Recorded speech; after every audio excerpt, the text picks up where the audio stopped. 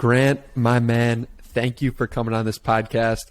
I've been looking at your work from afar for a while, and the reason why I wanted to have you on is because when you walked 50 miles in one day and documented it, I thought that was the coolest thing in the world. So let's start there. What gave you the idea to do that? Yeah, it's kind of a long story, but kind of my whole mission on Twitter. Thankfully. We've got time, right? We've got like an hour and a half. So my mission on Twitter is to get remote workers like outside and help them build a daily habit of walking. It took me a long time to find that mission, I'll be honest, because at the beginning of COVID, what I noticed was a lot of my friends, they were transitioning to remote work, right? And with that is a complete upending of our daily routines, walking to the office, walking to public transit, driving to the office, whatever it may be. So what I realized is that a lot of us were just spending so much time behind the computer that it was really weighing on our health and wellness, right? So about a year and 3 months ago, I decided I'm going to try to make a statement and kind of try to reimagine my workday. And I needed to do this personally too, because I was struggling a little bit with remote work and being a little disconnected from people and myself and nature. So I decided from 9 to 5, the standard workday, I would walk the whole day and I would promote my business. I would do business development. I would reach out to individuals, make calls, send voice messages on LinkedIn, create video content. Like I would try to make it productive while also staying active on my 2 feet. And then a year passed and I was like, wow, this is my 1 year anniversary of this event. It really went well. I ended up walking like 26 miles and I had never walked or ran that far in my life, actually. I was like, okay, I'm going to step it up a little bit and I'm going to do sunrise to sunset. That's my only goal. I'm going to walk from the time the sun comes up to the time the sun comes down. I'm going to document the process and I'm going to show people just how far you can go if you just take step after step after step. And 95,000 steps later, I walked like 52 miles. And it was really fun. It was really fun, man. I'll be honest. I saw so much around the Boston area. Like I saw where Paul Revere was captured by the British soldiers. I went to this awesome outdoor art museum on this walk. I walked with my girlfriend. I got some lunch. I saw basically all of my surroundings. Like there's more to see, but it was a really fun experience. So, you said you walked 9 to 5, and that was very common for you to walk 9 to 5. I'm not sure if you still do that, but how many steps, if you're going to start walking at 9 and you're going to end walking at 5, how many steps do you take in that period? Well, to be clear, I only did that once, and Gotcha. I walk a lot each day. Part of my routine, right? My goal is to walk before work, walk before I get to my computer. That's the main goal. I'm pretty sure, I think it's about 40,000 steps would probably be 9 to 5. It's going to vary depending on what your speed is and things of that nature, but about 40,000. But so 95,000 steps was the sunrise to sunset. And that started at 5 a.m., ended at 8:30. So that's 15 hours. So if you can do the math, but it's crazy to think of just doing one thing 95,000 times in a day. That sounds mental to me, honestly, but I did it. Yeah. So how do you feel like afterwards? Was it what you expected, or take us through that? I felt very fulfilled. I was glad that I did it, but my body was definitely very achy. I'm pretty active. I bike a ton. I play a ton of disc golf. I run, I walk. So, I'm pretty good shape. And I didn't really start feeling it on the walk, I'd say, until like mile 37 was where I started to feel like soreness and just fatigue. And then the last 13 miles, or I guess 15 miles, were pretty tough, and especially the last like 3 or 4 when you're about to be done. But the crazy thing is that the next day I woke up and I felt pretty great, honestly. And that's one of the cool things about walking is it's a low impact activity. It's really kind of what our bodies are made to do. So it doesn't take as much of a toll on your body as you would think. I wouldn't recommend you going out right away and walking 52 miles, but you might be able to push your limits. Maybe you've never done a half marathon in your life before and you're not ready to train running or whatever it may be. Go walk it. I bet like I bet you could do it. Just try it. Just go walk 13 miles. And then who knows, the next week you do 26, the next week you do 50. Like, you can build up to it. So I honestly surprised myself by getting to 50. And really my whole goal was just, I didn't know how far I was going to go. All I was committed to was walking from sunrise to sunset and taking one step at a time. So that's all you can do. You know, your name on Twitter is Grant is Walking to Inspire. Where did that come from? Oh, again, you know, my name is Grant Taleck, and that's my handle on Twitter, but the title, I'm going to change it kind of frequently now because I want to try to mix it up. One of my friends, Craig Burgess on Twitter, I don't know if you know him, does this really well. Yeah, Craig's wild. He's always mixing up his Twitter name just to kind of keep it fresh. So, but that's the purpose of my Twitter account. Grant is Walking to Inspire. I want to get other people on their feet, building a daily habit of walking. So if with my tweets, that can just be a little bit of a reminder to people that, hey, if you've got 30 minutes, like after that Zoom call, or you've got 30 minutes before work, whatever it may be, you know, take that time for yourself and get outside. That's what it's all about. You know, it's really interesting because you said it took a long time to come to this conclusion that this was going to be your niche, but you didn't really start on Twitter that long ago in the grand scheme of things. You're fresh out of college, it seems like, from previous interviews and research. So it's cool because it might seem like a long time to you to discover that is your niche, but like in retrospect, a year, 2 years, whatever it may be, it's not that long, right?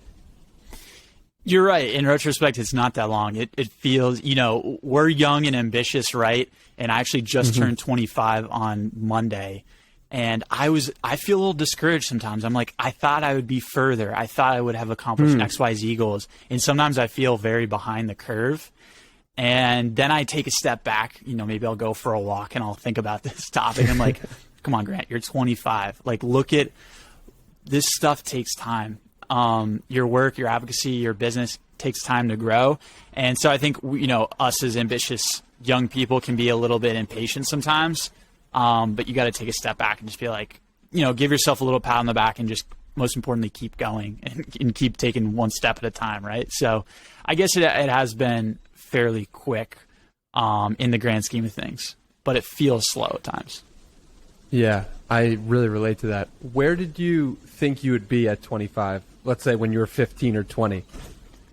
If I was 15, professional golfer. I grew up wanting to be a professional golfer. And my dad was like, wanted to train me to be really great. And by the time I was like 13, 14, I kind of really dwindled on that passion and just stopped practicing. And so growing up throughout my entire young life, I was like, that is what I'm going to do. I love the sport, but then come high school, my passions kind of just changed. And I was playing a ton of different sports at the time, like soccer, golf, loved playing pickup basketball with my friends, beach volleyball. Like, I was very active. I loved that. I knew that I wanted to live an active life and stay outside. Honestly, when I was 15, I didn't really know what I was going to do. I knew I wanted to have freedom in my life and try to like create my own way. And that's why I think I gravitated towards entrepreneurship, where I ended up going to Babson College, which is a business school focused on entrepreneurship. And I knew that just learning that skill would help me, you know, maybe decide what it was I wanted to do to become free and be able to travel, have new experiences, have a good life. At the end of the day, I just want to be happy, man. Like, that's my goal. I want other people to be happy. And I think most of the time you get so caught up in these in goals early on in life that you think if you get that, you will achieve this level of happiness, and then you get it and you realize that this wasn't what I wanted. So, you know, I've tried to stay open and honest with myself and just kind of learn as I go. I don't know, some other passions I had, architecture in high school, but you know, one thing that I thought was like a motivating force growing up, maybe when I was 15, I was like, I'm going to be a millionaire at 22. I'm going to be a millionaire at 23. And then I realize now that money is like such so much lower on my priority level than it ever has been. Like now all I need is enough. And what really matters most to me is just freedom and freedom of time. So that was kind of a surprise for me too, but yeah. Where did that belief start from? What belief? The belief Trying to be rich. The belief that becoming rich wasn't the end all be all, because a lot of people might not reach that realization until they're 45 or 55 or 65, but you've managed to come to that conclusion at 25. So how did you come to that conclusion? Yeah, that's a really good question. I think what it was is that, I mean, growing up, I was very fortunate, but we had to be humble and cognizant of finances. It was always very frugal. My friends in high school knew me as being very cheap. So money was always something that there wasn't an abundance of. Like, it was something that you had to be cautious with, and you had to really pick and choose. One of the things I noticed in college, I went to school with a lot of very wealthy people and experienced a lot of like grotesque wealth, actually. But what I realized is that there wasn't that big of a difference in our fulfillment levels in what we did. Maybe like I was spending my time the way I wanted to. I was getting outside. I was going on some skiing trips with my friends, biking, running, walking. Like I was able to achieve a certain level of happiness and fulfillment despite maybe the income differences in, you know, our families or just in wealth, right?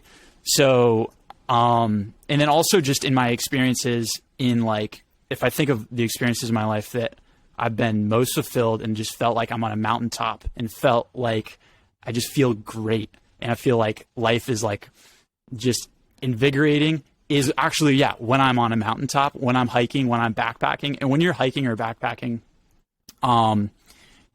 you have everything that you need to survive right on your back right there. You've got your water filter, you've got your camping stove, and it's so freeing. It's and what I realized is that, like, that's usually when I feel at my best, and it doesn't require any wealth to be out there. What you need is the time to be able to do it, and you just need some food. You need some sustenance, right, while you're on the trail, and the right mindset to be able to enjoy it. So, through kind of just experiencing and seeing that some people in my life that do have a lot of money, it didn't really do anything for them, or maybe they weren't using it properly.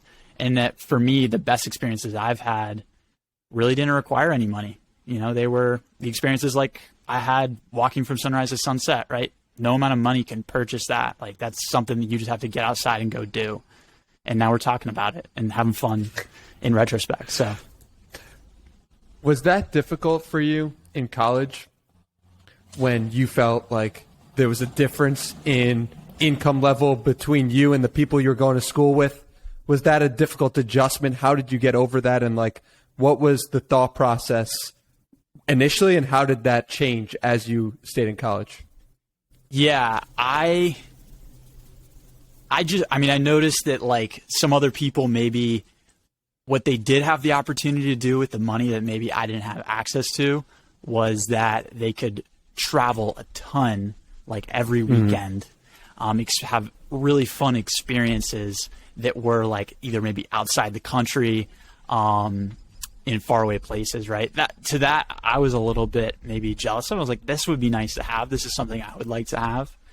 But at the end of the day, I just tried to make the best of it. I had really good friends that if we were in our dorm rooms in our triple and we could have so much fun together, just, you know, going on fun adventures, like hanging out and just being around good people.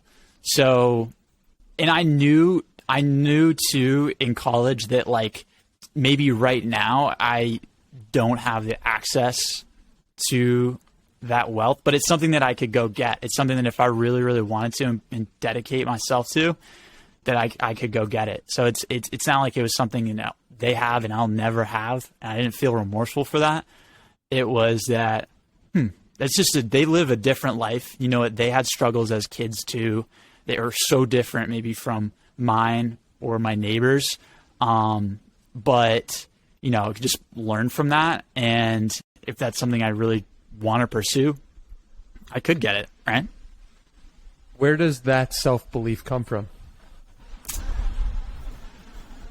That's the self-belief that I can become wealthy.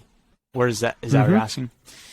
I think that I'm passionate about, I really like to keep my hands busy. I like to work. I like to have a craft and focus on whether it's practicing, whether doing something. Like, I think that I just enjoy the process of learning new things. But honestly, to me now, like, it's kind of a hard question to answer because wealth really isn't as much of my focus. It's really much more about freedom and freedom of time and having enough money. So wealth for me is way more about time now than anything. So I feel like I have, and the reason why I think I can accomplish that is because I understand that. For me, like, what I try to do on a daily basis is work towards that, is work towards having more freedom of time. So just, I guess, learning that at an early age is going to help with that. So it's a hard question to answer, though, I'll be honest. I'd like to think that I have something to bring to the world, too, some value that can help others and inspire others. I guess that's part of it as well. You said earlier that you felt like you wanted freedom at some point when you were growing up and knew that you could achieve that. So, like, why did you have this idea of freedom, and how was that planted in your head?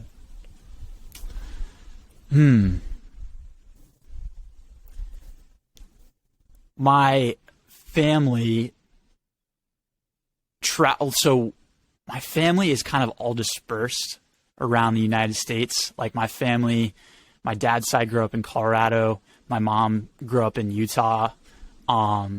And I was lucky enough to be able to visit those places while I was young. And being from Florida, to go to Colorado and experience the mountains and just have that experience was so amazing. I was like, I want to do this more often. I want to travel and see different places and see different things. So, having some early childhood, like, travel experiences was really fun and inspired me to want to do it more, I would say. As far as freedom in general, I'm someone who likes to kind of beat my own drum. And, like, when I was in school growing up, like, I didn't need my parents to tell me to go do my homework. Like, I kind of just did it. I was self-accountable. And for me, like, freedom is a big part of freedom is just being responsible for yourself and having self-accountability and me being able to make your own plan, being able to go where you want, when you want, and have responsibility for yourself. So I think that might be a little unique to me, in the sense that I want to have full agency, whereas some people may need that, like, coaching a little bit more, or want to have the kind of the tried and true path laid out in front of them.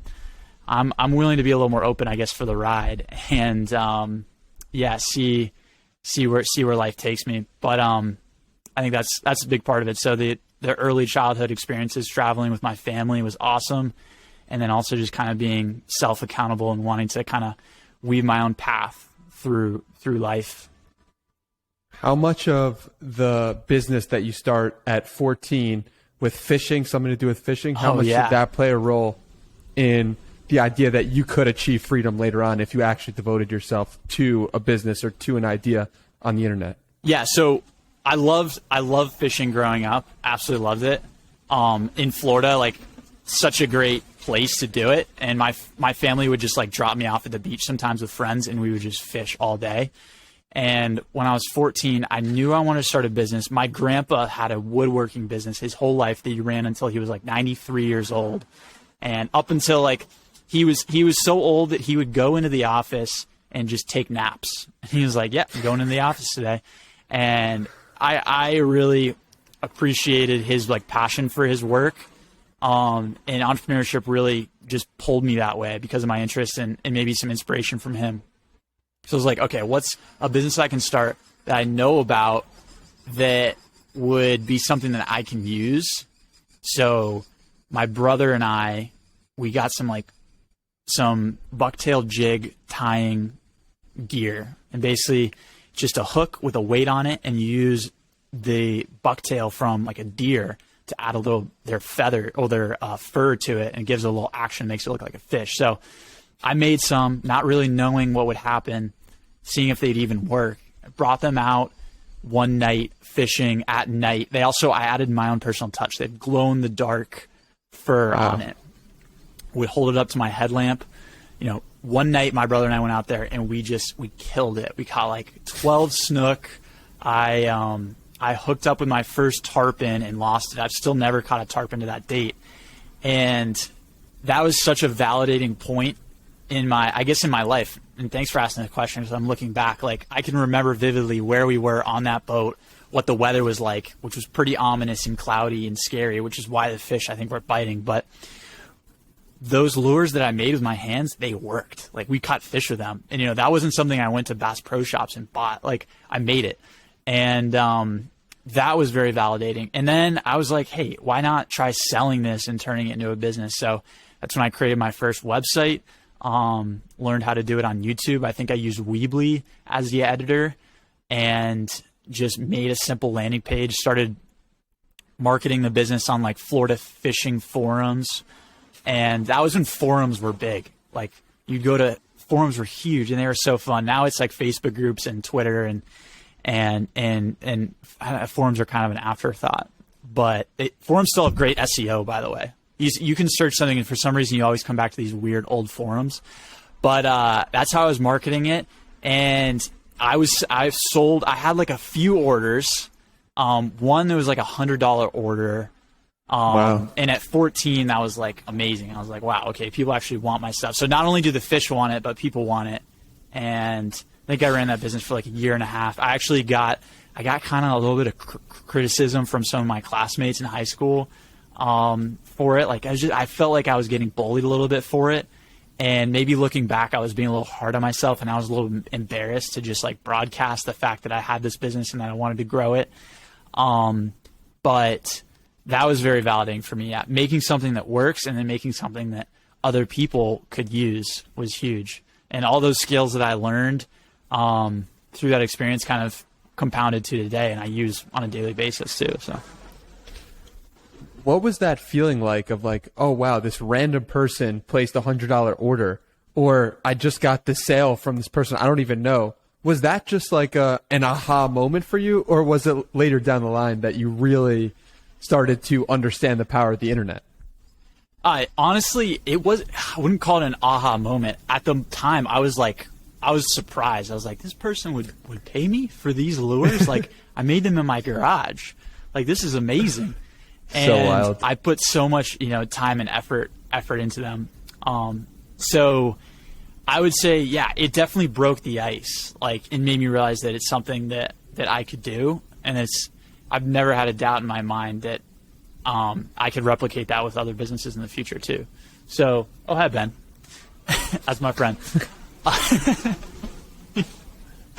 So, and actually Ben was one of my business partners in college. So it's kind of meta. But the biggest thing in that first order was I realized that yes, I could sell something online, and now I've again never had a doubt in my mind that I could sell anything online, whether it's consulting services, products. Like, it's hard. It's not easy. Like, I was on those fishing forums posting all the time when I was, on the toilet on my phone, when I was at school sometimes. And you work so dang hard for that $100 order, but it means so much more than that $100 because, again, it breaks the ice. It shows you can do it. So that was a big moment looking back. Ben, for those just listening, Ben walked by in the background, but I'm curious, what was the next venture? Was it starting the storage business in college, or was it something else? No, this is the next venture was Sawyer Sunglasses. This was about 3 years after Drag Happy Fishing Lures. I love these names too. So naming businesses is really hard, honestly. I'll be honest. But at the end of the day, it's only like 1% of the equation. So if you're afraid to name your business, like, just give it a name and just run with it, because the name the name, you create value with your brand, and the name is only one component. But the next business was Sawyer Sunglasses. And senior year, I had a class with my friend Austin. It was kind of like a research class, so we weren't doing a ton of work throughout the days, which meant we were brainstorming a ton, him and I. We were always talking about business ideas. Hey, I have this idea. Like we were always talking about unicorn ideas, right? To like, this is when a lot of the social media platforms were really like hitting their heyday, or at least really on the up and coming. And you had this like aspiration to maybe be like Mark Zuckerberg or whatever, and create a Facebook like type platform or product. So a lot of the ideas we were talking about were so revolutionary that it was like, how are we as 18-year-old kids like going to pursue that? You know, where are we going to go raise $5 million in funding? Like, is this idea even good enough? So long story short, we never even executed on any of those ideas throughout our senior year of high school. And then come that summer, you know, that was our summer between high school and going to college. And we were like, all right, we actually have free time now. We should do something. We should actually start a business. It doesn't matter really what it is. We just have to launch a business. And what we thought would be really cool is if we could sell something that we would see other people use, like maybe in our surrounding town. So Naples, Florida, in Southwest Florida, sunny Southwest Florida, you need sunglasses. You need good shades. Otherwise you're going to burn your eyes. And you need some style. So we went on Alibaba, searched through the whole product listing, and we found this really cool supplier that had bamboo sunglasses. And we ordered samples, whipped up a logo, got samples. We're like, let's sell this. Let's start a business around this and see where we can take it. And so that first supply order was like $150 to $200. And it was like 8 pairs of sunglasses. We got them back. We're like, all right, these are pretty solid, like actually pretty high quality. Let's take product photography, which Austin did, my business partner at the time. And we recorded a video together. We launched a Kickstarter campaign, and we were like, let's just see how much money we can raise in pre-orders on Kickstarter.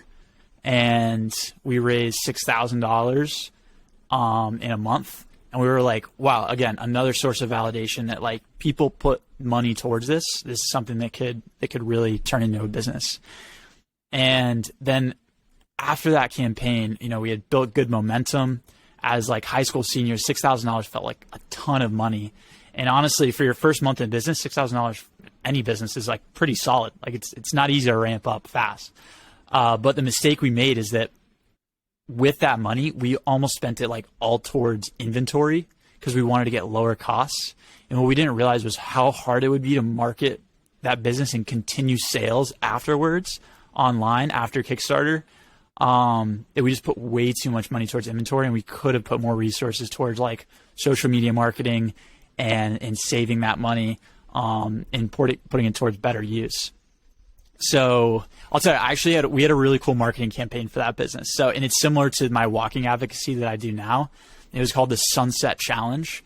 So if you bought a pair of our sunglasses, which were like $45 to $75, if you went to the beach every single night, it actually didn't have to be the beach. You went anywhere. It could be your front porch and watched the sunset, took a photo of the sunset, and then tagged us with like Sawyer Sunset Challenge. If you do that 7 days straight and hopefully build a habit of watching the sunset, like nature's greatest show, nature's fireworks, then we would refund your entire order. And smart. It went pretty well. We ended up refunding a lot of orders too, so you got to remember that. But it was great for awareness. And looking back, my favorite part about it was that it actually got people practicing a behavior that I think can really make your lives better. So yeah, that was that business. One thing leads to the next. Was that the Sawyer Sunset Challenge? Was that before you raised the $6,000? After you raised the $6,000? That was after. How did you raise the $6,000 to begin with? It was directly through Kickstarter. So if you don't know what Kickstarter is, it is a crowdfunding platform. People have a business idea, maybe for a product.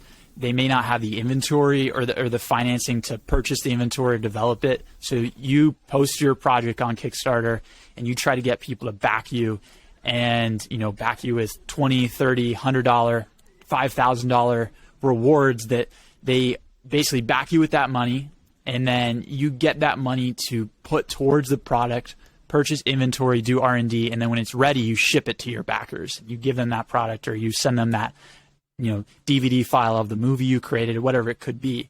But the way we really promoted that was organically through the Kickstarter platform. Like at the time, I think Kickstarter was really hot, and we posted the video, which was pretty well done. We were young entrepreneurs. I think we had a good story.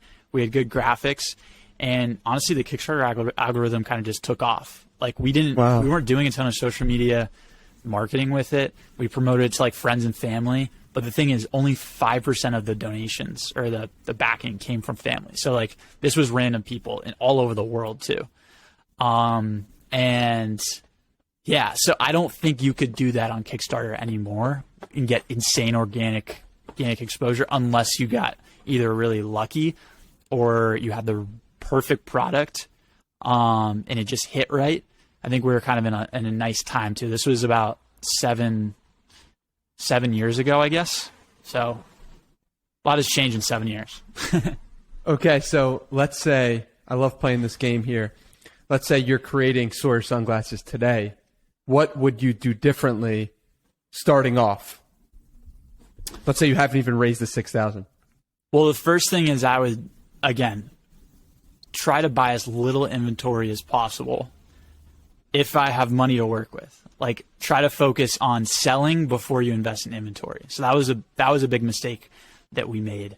And then another thing is just being fully committed to the idea.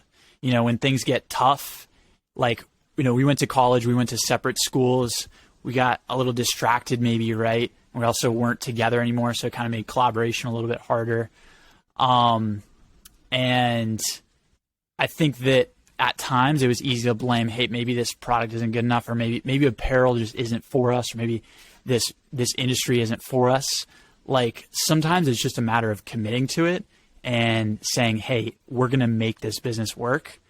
That is a big portion of being successful in any business. Thinking that you're going to make it big in the first year, and then by the end of the first year, you've only made so much progress, and you say, this just isn't it. It sometimes takes 2, 3, 4, 5, sometimes 7 years to 10, right? So you have to be committed to the long run. But then also another thing is that I wish I would have focused on building an audience before I built a product, right? So with Sawyer sunglasses, like I think we built up like 6,000 or 7,000 followers on Instagram. They were mostly like 17 to 22-year-old, young people interested in outdoors, interested in travel. But then when we, decided to not do that business anymore, we had that entire audience of people that we kind of just like left and, stopped marketing to them. But what we thought maybe at the time was that like the business was in the product, but really like the business was more so in the attention that you had from your audience. And if you wanted to sell a different product to them or a different service, like you could totally do that. So now I wish I would have done at the time is focus more on who do I want to market to, who do I want to sell to, and then focusing on that and then realizing that, hey, you can sell any product to them in the future. Arvid Kahl, do you know Arvid? I've heard of him before. So I see his name pop up on Twitter sometimes. Preacher. Oh yeah, big on Twitter. Big preacher of this idea of audience first, and the idea that you should focus on who your market is and who you want your audience to be, who you care about more so than the product you're selling. So I'd say that's the biggest thing is just focusing on long-term audience building and not be so worried to maybe swap out your product, try something new, but really just hone in and stay dedicated to that audience in the long term. Yeah, I like that. So, something common I see in you is the Sawyer Sunset Challenge and the daily walking is like you're really good at creating ideas that stick in people's minds. What is your thought process when creating a marketing idea? Yeah, stickiness is a really important part. I mean, the biggest thing with I'd say like the top of my marketing philosophy is just that it needs to help someone, right? It needs to actually make their day better, and it needs to maybe teach them something. But with walking specifically, what I know is that it's something that compounds over time. And what's most important is the habit. So with anything marketing related, if you can think about the way people have daily routines and are habitualized, then you can kind of unlock another level. So for instance, Panera Bread right now has this coffee subscription, which is $9 a month. You get unlimited coffee. And actually just so you know, they have 3 months free on it. So you get 3 months of free unlimited coffee at Panera, which is way too much coffee. You need to simmer down, honestly. It's something I'm trying to cut back on a little bit. But they're not trying to make money off that subscription. They'll probably lose money, right? But what they want is they want you to get in the door, because then you'll potentially purchase other food and other drinks, right? And you'll gain loyalty for them and with them. So if you can think about how do you kind of become part of your audience's daily life, then you really kind of unlock another level. And again, it's not about that sole product or that sole marketing campaign. It's about getting them to continuously think about you. And one of the things that I've noticed with my walking advocacy on Twitter is that I get a lot of people reading something. I tweet about walking pretty much every day. Like that's, if you can come to my profile, you know what you can expect. You're going to hear things about walking and trying to build a daily habit of walking and the benefits of it. So now I have friends that say, oh, I saw this article about walking. They're like, I thought of you, and they'll send it to me. Or like you, Danny, you do this all the time. You'll tag me in posts that people, about walking, right? And it's like, I think Dave Gerhardt from Privy posted about, I think most things can be solved with a long walk. That was his tweet the other day. You tagged me in it or something like that. So if you can kind of be in the back of people's mind with a specific topic, then you're really going to gain an edge. And I guess the theme with walking and with the sunset, with these marketing campaigns that I've done in the past, is that they're natural things that kind of we do on a daily basis. So I think if you can kind of tap into people's daily habits and think about the psychology behind why they would use a product, then that's going to really help your marketing campaigns. So, yeah. This is why I think that people overthink content so much, and they say, oh, I have to post the perfect thing. But what if something you do can just become something that people know you for, and whenever they think about it, you're going to be linked to that thing or person. It could be as simple as like eating an apple. It could be as simple as liking the New York Jets, right? Like I can't think of the New York Jets without thinking of Gary Vaynerchuk. How did he do that? He just talked about the Jets over and over and over again. He talked about himself. Yep. And everyone could do that about their own interests or passions. And that's such an edge because he owns that piece of real estate in my mind. You own the piece of real estate in my mind that has to do with walking. Mm-hmm. And it's like, now if something walking related happens, I'm going to be thinking about you. One thing that I've struggled with this is like, I don't want to pigeon myself into a specific place because I'm like, I'm a human being with so many different interests and like, Same. You know what I mean? So it's like, how do you get over that if you're talking directly to me? So it is so hard, honestly. I'm the same way. It took me it felt like a long time to kind of come to this niche, right? Because I also care about disc golf. I care about biking. I care about like mountain biking, so many like urban infrastructure. I care about so many other things. You can still talk about those things with your content.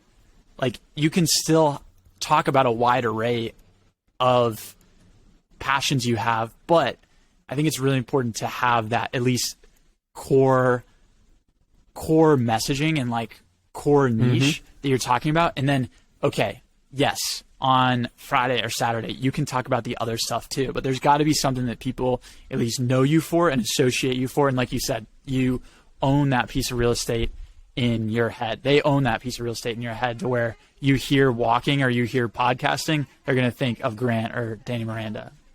So think of it like a T. Like there's this idea in like marketing called T-shaped expertise or T-shaped skill set, where if you really want to be influential, you want to have a broad base of knowledge, but then you really want to also have a deep, in one specific category, you want to have a really deep set of expertise where you know more about that than anyone else. But that doesn't mean you still need that broad expertise, and you need to be interesting too.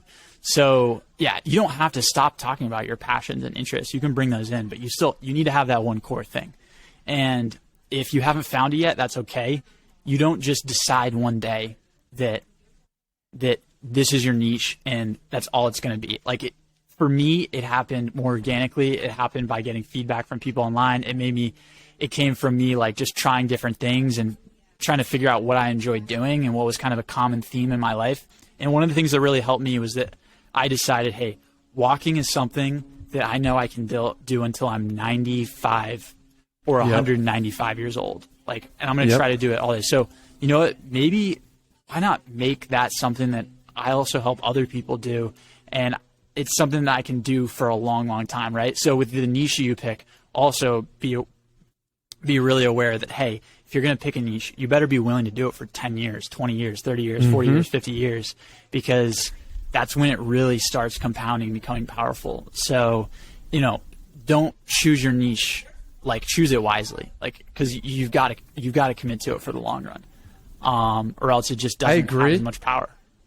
I agree. I also want to bring up a counterpoint of Gary Vaynerchuk, who said, after 5 years of doing a daily wine show, I'm going to stop doing this daily wine show. And people are like, you're so crazy. What is wrong with you? This is going to take off. Like, this is already huge. What are you doing? You've built up all this equity and capital in being the wine guy. And he was like, you know what? That's cool. I'm going to talk about business now because I feel more comfortable talking about business. So I think, I'm with you that it should be a long-term idea, but it's also okay to change, right? Like, you could decide, like, I actually prefer talking about podcasting now because you've been doing it for 6 years rather than walking. It's like, go for it. That's all part of the process of evolving, and more of a reason why it's okay to pick something, because you can always change it if you've done your time with that specific thing and really tried to hone it to the best of your abilities. Yeah. At the end of the day, he still did it for 5 years though. And that's a pretty long time, but you're right. Absolutely. You never should be afraid to just switch it up and try something new, because the cool thing is literally everything Gary learned with marketing his wine business and video content there, it applies to his media business too. So exactly, it really is kind of one and the same, right? And like I mentioned a regret of not focusing on audience first with Sawyer sunglasses and kind of abandoning that audience or whatever. But every single thing that I learned in social media marketing in that business, I apply in my business today. So the skills are compounding, and if you want to switch up your niche, do it. But just realize that you really can make your message more powerful if you're committed and committed for the long run. So as the marketing expert that you are, take me through what you would recommend for me in terms of figuring out a niche. Yeah, I mean, honestly, like, who have you enjoyed interviewing the most personally? Like, if you had like 3 or 4 people are self-aware. Okay. People who are self-aware, who are emotionally intelligent, and who have spent time looking at themselves. Gotcha. I think, are there like maybe 3 or 4 people that, maybe one person that sticks out? It's an example of that? No. Like maybe if I looked at it and really looked at every person. That's fine. But yeah, you mentioned you really like interviewing people who are self-aware, who like maybe understand their past, have really dug deep. I think choosing that niche, you got to choose a niche that you enjoy, because if you don't enjoy it, you're not going to do it for a long time. You're not going to be able to stick to it. And also, as far as podcasting goes, like, the most interesting conversations are going to be with people who are self-aware, and who are introspective and can dig deep. So I think that goes hand in hand and play as well. But I think do you enjoy podcasting? First of all, I bet you do. I'm going to guess you do. Yes. Enjoy the process. Like, you enjoy podcasting if you, within that group of people, you can think about who you've like enjoyed the most and gotten the most like satisfaction out of interviewing. I think that's at least where you hone in on, and then you go from there. Yeah. That's what matters. It's tough though, right? Because I also enjoy talking to people who are into NFTs, and the conversation isn't anything to do with self-awareness. And I love putting those out there because I think in 10 years it's going to be awesome to see what happens in that space and see how it develops. So it's tough for me thinking like this because I want to be everywhere. So I feel you, man. And you know what, like, well, as an example, like Joe Rogan has the widest breadth of things that he talks about. Anything and everything, kind of, right? And it's interesting. He has really good guests. He kind of has an audience figured out though, like where it's probably like 20 to 35-year-old males who are interested in, achievement, right? So like that, his content is interesting to that audience. So again, maybe, you can talk about a wide breadth of expertise and knowledge to a specific set of people and serve them what matters to them. So you can kind of, maybe your niche is not having a niche, It's possible. Kind of ironic and contrarian. And it's possible that it will just take longer for the podcast to develop because it won't be top of mind in any respect in any one area. And so Joe Rogan's built his audience over 20 years, first in comedy and then the podcast more broadly. But it's like, that is a route you could take. Just understand that it might take longer. That's true. There's also a bigger opportunity there. Like if you're talking about wide breadth of things, it's going to take longer to develop maybe, but you can speak to more people and, create more influence with a niche audience. You could probably get there faster with a niche topic, but the ceiling's a little lower. But again, maybe it doesn't matter that you have to have a massive ceiling. Maybe you care about a really specific topic, and you can just hone in there. So there are certainly pros and cons that you got to weigh yourself based on how big your goals are or who you really care about. Absolutely. So I appreciate you taking all that time to identify myself. Let's get back into your own story and what your next business venture was after Sawyer Sunglasses. Okay. So it's the next business venture, and then there's one after that I'm currently doing now, authentic marketing, and I've been working on that for the last 3 years, right? So the one before that was Get Boxed Up, moving in storage on the Babson College campus. And basically at Babson, there were a bunch of international students. And what would happen is for the summers, they would have mini fridges, they would have TVs, like they would have couches. And where are you going to put those things? You just throw them away? Do you bring them to a self-storage unit? No, those are really expensive, really inconvenient. So what we had was a pickup service where my business partner, Ben, that walked behind me earlier, we would go to your dorm room, pick up your items, and then we bring them to an offsite storage location and then return them back at the end of the summer. That's basically how the business works. So it was a really convenient storage option for international students and students that didn't live in the greater Boston, greater Massachusetts area that would drive home.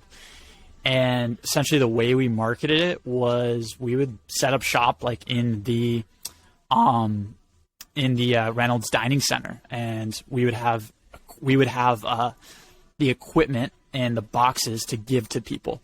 And so this was probably the most important marketing piece for this business, was that it needed to be so simple and easy for them to store with us. That essentially was the market. If we could make it so easy for them to work with us, it was just seamless for them. So our priority was getting boxes in their hands. Like we needed to get boxes in the hands of our storage customers. So we would do deliveries directly to their doorstep. And like I remember one time I had to drop them off across campus, and I didn't have a car on campus. So I like got my friend's skateboard and skateboarded across campus with boxes on my head to deliver them to, whoever's dorm room. And that was our main marketing strategy, getting materials in their hands and having our website on those boxes so that they could really quickly, easily check out. And then we did a ton of Facebook groups. Were really big at this point. All the classes at Babson had like Babson College class of 2019, 2018. And as students, we had an edge over the outside competitors who, didn't have access to those Facebook groups, and we could post and say, hey, we're Grant and Ben. We started this storage business, and we make it really easy for you to get started with us, XYZ, right? So we leverage those Facebook groups, some guerrilla marketing on campus, and it was really fun. Had to learn a lot about logistics. It was the stupidest business for a college student to start, though, because I was playing golf at the time, my freshman year. Everyone moves out during finals week. So obviously, and during finals week, Ben and I were also taking finals, and we also had golf practice. So I had to manage taking finals, moving, 30 to 50 kids out. And that was so difficult to scale because we didn't have employees. It was just Ben and I. We were the ones picking up these mini fridges, running up and down the stairs to bring them to the box truck. And that logistically, I don't think we thought enough about that in the business we started, because that was tough. That was real tough. So fun, though. So at one point, you get acquired, right, by another company, a guy who's 4 years older than you, and he calls you up and he says... Yes. Yeah. So we didn't get acquired, but what happened was I was kind of ready to stop doing the business anyways. And Joe Zanka, who also has a podcast, the Get It Done podcast, called me up and said, hey, instead of us competing on campus together, why don't we partner up? And honestly, he recognized, I was pretty tired of running the logistics, the liability of it at that point. And he, again, came to me as a competitor and was like, hey, let's collaborate. And I really respected that. We kicked off a relationship. And then the next year, basically, I kind of worked as a contractor for them. So in a way, it kind of more got absorbed by them. And at the end of the day, our business we weren't able to sell it because we were the business. There wasn't we didn't have employees, we didn't have crazy systems. We were the system. It was so dependent on us. So it didn't really have value to be sold. So, we ended up working with Joe and doing move outs, and doing a profit share, which was fun.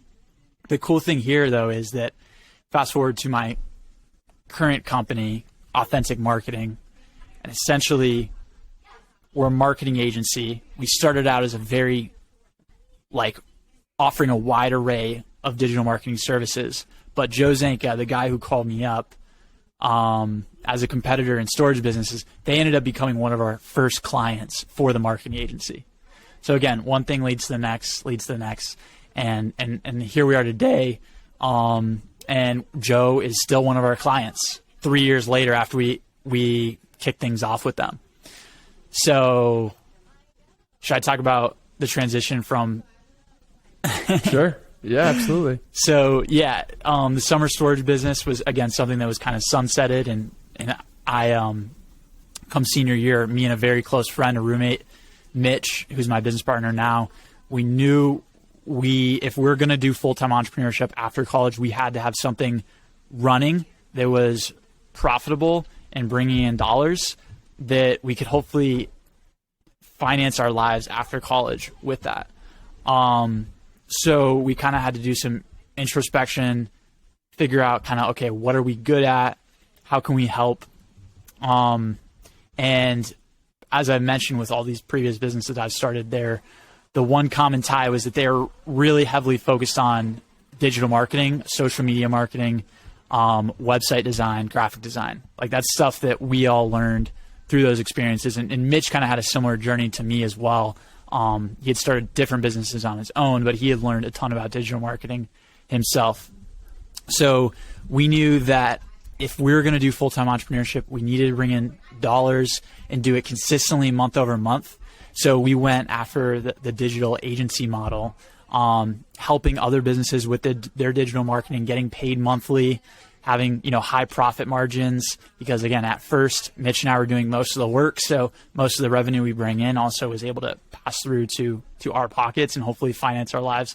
Again, after college, when real world fully hits, and one of those first potential clients we went to was Joe Zanka from the storage company. And we said, hey, how can we help? We also went to some other, friends, family, and Babson connections and had the same conversation with them, and we said, hey, how can we help? You know, how can we help your business grow? We didn't have a unique like service at the time. We didn't have a unique audience. We just leveraged our network and said, hey, how can we help? And that was kind of the fun part about how that business started, is because we were going after kind of any opportunity we could go after, but really, you know, trying to fill a need in their business, right? So the difficulty there was that we kind of were sent on this rabbit chase of all these different types of projects in businesses, and whether it was web design, whether it was graphic design, social media management, like there was a wide array of things we were working on, and it just was not consistent, and it made it really hard to grow. It made it so that our website was like so unclear about what we did that if you went to our website, you wouldn't know how we could help. Like it was just too unclear, not enough transparency. And again, it took us a lot of kind of weaving through different niches and trying different services to hone in on content repurposing.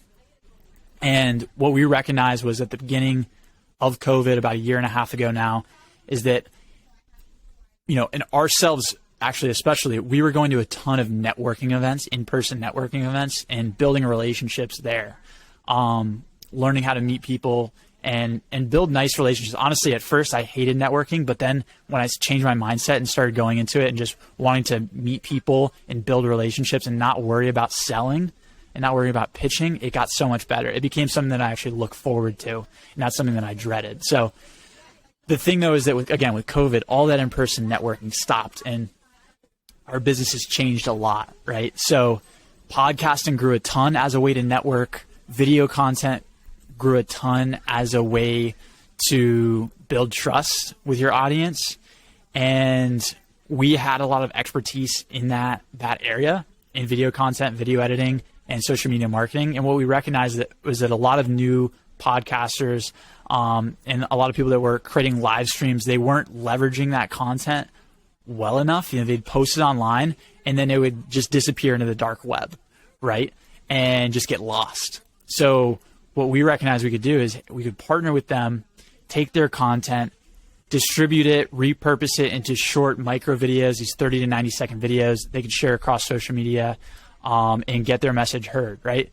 So we basically came up with like very defined plans on our site, the very defined price, the very defined output. This is the X number of videos you get. And that was when it became clear what we needed to do to grow, like who we needed to work with and how we could serve them. Was when we got more specific with our service offering and with our audience, podcasters, then our marketing got so much easier. And we kind of shifted from, oh, where's the next opportunity, to how are we going to build like a community kind of around us where we're just going to grow sustainably. And we get known for one specific thing, right? On Twitter, I'm pretty well known for walking. But on LinkedIn, if you go to my LinkedIn, I'm pretty well known for content repurposing and podcast repurposing. So again, that's kind of another way to have multiple niches as well, as you can have different kind of personas on other social medias, things that you really focus on more so. So that's where we are today. Authentic Marketing helps podcasters, you know, get their message heard by repurposing their podcast, something I already know you're crushing. You're doing well on YouTube, and you've got those skills honed in. So, yeah, that's where we're at today. And that business we've been running for about 3 years now.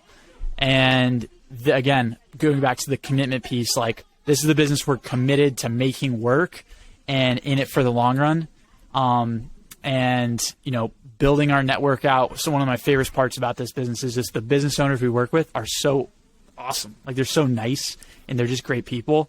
It's fun to work them, fun to serve them. And we want to help them grow over time. So yeah. It's awesome. And I think that you're hitting on a huge need. I've thought to myself, if I was going to create an agency today, it would be around helping other podcasters shorten their clips. Nice. Because that is the need that I personally have. And I put some shortened clips out, but in truth, I could be doing such a better job. I could It's time posting consuming. a third. Exactly. It's time consuming, and you want to focus on the process of recording the episodes if you're a podcaster. So I think you're hitting on a real need. Hey, but I'll be honest, if you want to start that agency and be a competitor, I invite it. There's so much room in the space right now. Absolutely. And unmet that, we would grow as competitors. I like to view my competitors as more collaborators than anything. I was just going to say. You should do it. So what would the first steps for someone who wanted to create an agency like that take? Yeah, I mean, again, you got to be a little introspective and see and think to yourself, what am I good at? What can I teach others? And maybe if you don't feel like you have that expertise yet, maybe you need to go learn it. Or maybe you need to dig a little bit deeper and ask your friends and say, hey, what do you think I'm really good at that could help other business owners? Because usually you do have something and maybe you just haven't recognized it yet. But the people around you will. So you got to be a little introspective, figure out what you're good at. And you don't have to pick a niche right from the get-go. I would recommend against that, actually. I think at first you just need to get a few projects under your belt, and go to the people that you already know that you think you could serve. And again, just ask them, how can I help? Or offer the expertise that you already have, and maybe offer to do just one free example that you can have as something to show other people. Then in the future, when you're selling, you can just offer that example and say, hey, this is what we can do for you. And this is how much it costs, right? I'd say be really wary early on of doing too much free work. It's a great way to try out different projects that you normally wouldn't get the opportunity to do. But if all of your projects are free, then it's not a business, unfortunately. Be introspective. Ask the people around you, what do you think I'm better at than other people, and then I can help other business owners with, and then make your first dollar, get a project on your belt and kind of break the ice. And then from there, you do need to, in the long run, I'd say in the first 3 to 6 months of your business, try to hone in on that niche, that audience that you can serve best, and focus on creating an offering on your site where people, if someone were to go to your site, they know exactly the next steps to get started. They know how much they're going to pay. I think it's really important to get out of the hamster wheel of asking what their budget is. And then you get in this conversation where the business owner is like, hey, how much do you charge? And then you ask, oh, well, what's your budget? And then they're like, oh, well, we don't have a budget. How much do you charge? Let's just be transparent and honest and have a set rate that you're confident with. You can always raise your prices. Don't feel bad about that. But developing that clear offering after a few months helps you just scale how many people you're reaching out to and making it clear and easy to understand how you can help. So 3 steps. Yeah. Ask others what you're good at. Get your first product under your belt, and then try to develop that service offering and commit to it. But if it's not working, you can always pivot or add another service offering. But really, in the long run, try to hone in on something that is just so clear and easy to understand that you maybe don't even need to have a bunch of Zoom calls teaching your customer, what your service would be. Try to make it so clear and clear cut to understand that they just get it. Another thing, actually. Yeah, go for it. You don't need to try to convince people that they need your services. If you go to your uncle and they're just not sold on digital marketing, they want to do things their old way, just let it be. You don't need to sell to them, right? What you should do is go to the people that already need your services, right? You can do this on Twitter, and you'll go to Twitter and search, I need podcast repurposing, or I need a new website design. Who can help me? And just reach out to those people. What's great is they're asking for it. They're right there. They're ready to buy. And you don't need to convince them, right? You shouldn't have to sell to them. You should try to focus on business owners who understand your service already, who maybe just haven't met the right person to fill it. So if you're focused so much on pitching and selling, try to try to act more like a hunter-gatherer, where you're going out, you're picking those berries, picking those strawberries, picking those apples that are kind of low-hanging fruit, where people are already asking for the service, and then go from there.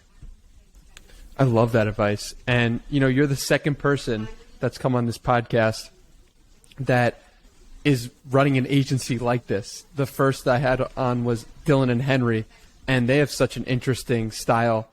They got their start by basically creating clips for My First Million for free. And the people were like, wow, That's this sweet. is amazing. I want to hire these people. Then they did it again for the All In podcast. And it's just like, they have this way, they call it squatter marketing, where you're basically squatting in that person's territory in their mind of like, we're producing content for you and giving it a try. And it's worked out really well for them. And it's worth a try, I guess, for anyone listening. That's a really good idea. Or you maybe. Yeah. I got to meet them too. What are their names again? Dylan